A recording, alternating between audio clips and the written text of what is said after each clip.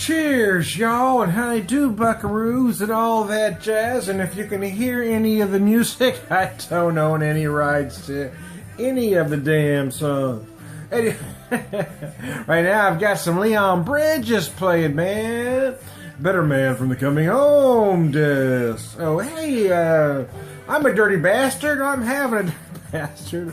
Founder, dirty bastard. So last weekend, I picked up the Oscar Blues Old Chub, and I meant to save one so I could do it side by side, but well, that didn't happen. But anyways, I thought I'd go ahead and pick this up anyway.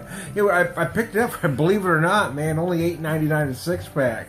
I mean, I'm talking about 8.5% 50 IBU beer for $8.99.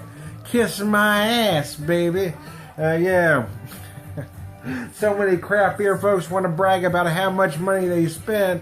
I'm the opposite. I want to tell you when I get a deal, man. I think we should all drink well, but buy smart. You know. Guess what, Tom? I spent X. You know, I don't give a rat's ass. I had somebody do that to a comment the other day. I spent. Yeah, great. I'm glad you have a lot of disposable income, you pretentious ass. I'm telling you how to get a bargain, by golly. 8.5, 50 IBUs. I poured this about 5 minutes ago. Took a picture, and it's still got a nice head on it. Justin Townes Earl. Yeah, baby. My baby drives. Let's see if I can read a little bit from their website. I was going to read the bottle, but the lettering's just a little too little for my old eyes at the moment. There's a light over here I usually turn on, but I forgot to turn it on. So it's almost so good it's almost wrong. Dark ruby in color and brewed with 7 varieties of imported malts. Complex in finish with hints of smoke and peat. Paired with malty richness and the right hook of hot power to give it a bad attitude that a beer named Dirty Bastard has to live up to. Ain't for the wee lads. Now, this ain't for candy asses, I'll tell you what.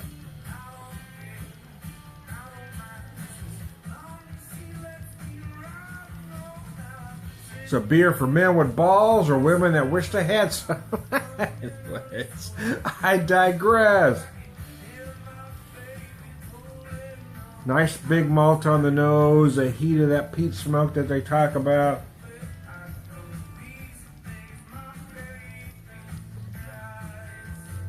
Oh, gosh. Well, I wish I had that old chub to do a side by side, but I, you know, going from memory, that old chub is very good. It's a nice beer, but this one does feel a little bit more luxurious, a little more decadent to me. I like the mouthfeel on it, and I like the peat smoke in this particular beer because it is a Scotch ale, as opposed to the smoked beechwood malt they use. And the old chub, making it kind of feel like giving that Rausch beer kind of feel, even though it's a Scotch style ale.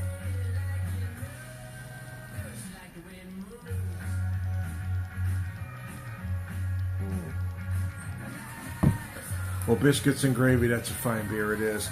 Again, I can't believe it, man. I can find anywhere between about $10.99 a six-pack.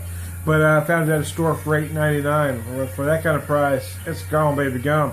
Especially, I mean, the weather was dropping. It was actually about 80 degrees when I bought it.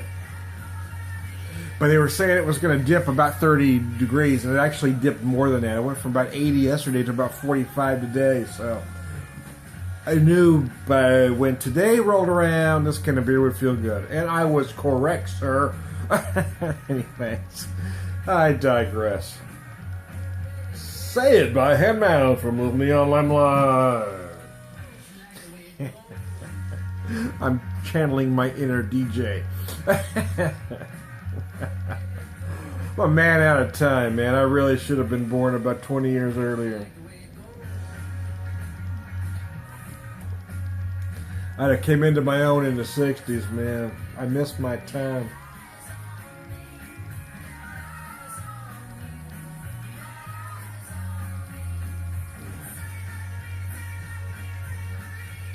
And I would have to put up with millennials now.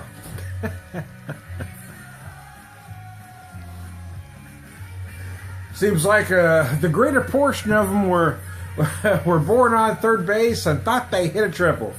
That combination of arrogance and pretentiousness, not only that they have, but they think it's well earned even though they haven't done anything to earn it.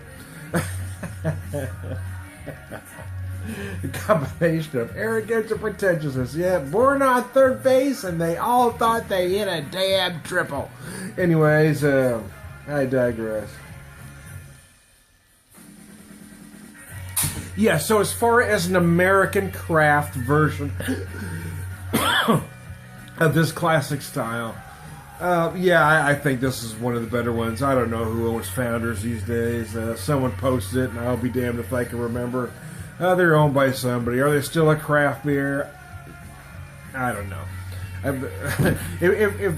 If we talk about craft beer in terms of just quality, yes. If I'm talking just quality, this is a quality beer. It should be considered a craft beer.